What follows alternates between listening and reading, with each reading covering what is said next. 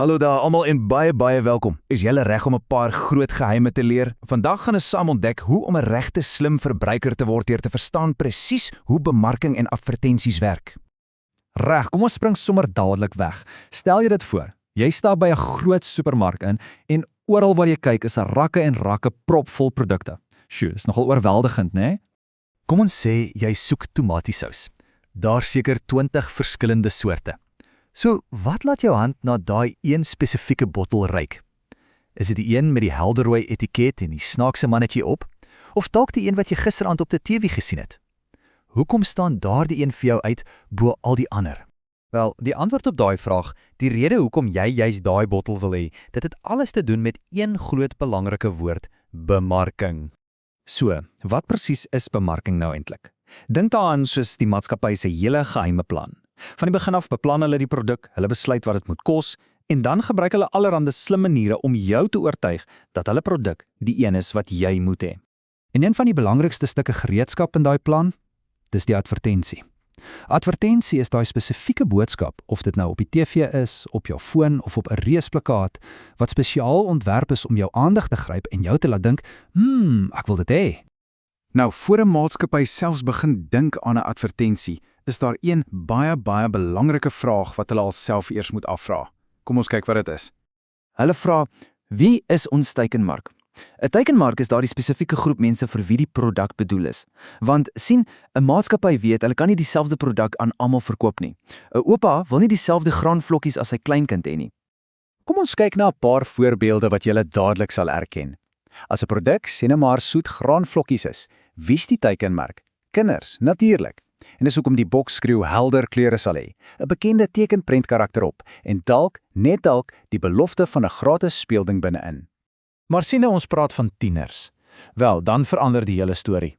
As 'n maatskappy tekkies of 'n nuwe energiedrankie wil verkoop, gaan die advertensie heeltemal anders lyk. Dink aan harde musiek, cool mense wat allerhande opwindende dinge doen. Die boodskap is duidelik, koop hierdie en jy sal ook cool wees. En vir volwassenes, wel, hulle is weer 'n heeltemal ander storie.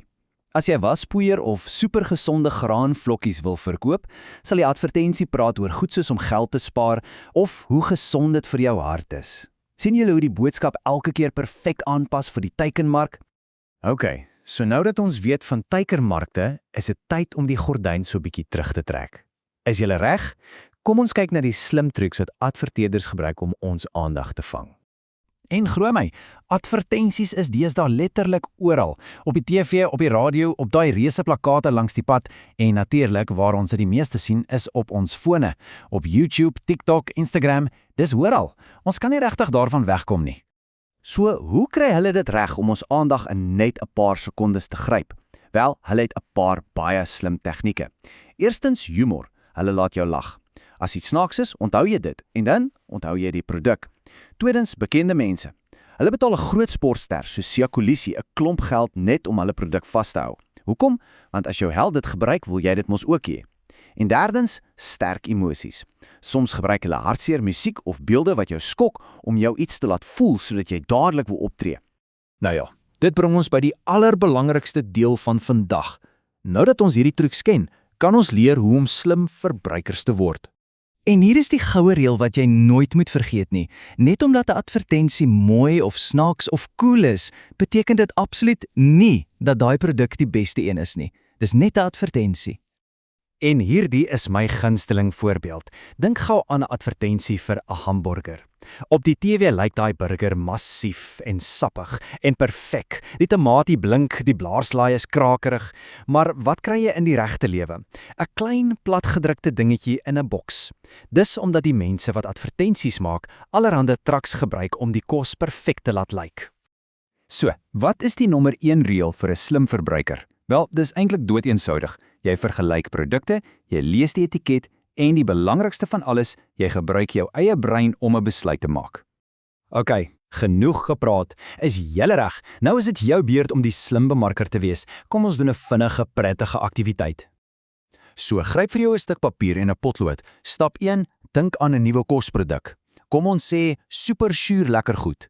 Stap 2: ontwerp 'n klein plakatadvertensie. Maak seker jy gee jou produk 'n lekker naam, skep 'n oulike slaagspreuk, iets soos die suurste skok vir jou mond, en teken dan 'n prentjie wat by jou teikenmark sal pas. En heel laaste, skryf net een sin om te sê wie jou teikenmark is. Is dit vir kinders of dalk vir dapper tieners? En dit, my vriende, bring ons aan die einde. As daar net een ding is wat jy vandag onthou, laat dit hierdie wees. Moenie dat die advertensie vir jou dink nie. Gebruik jou eie brein. Wees 'n slim verbruiker. Kyk, dink, vergelyk en besluit dan eers wat die beste vir jou is. Baie dankie dat julle vandag saam geleer het.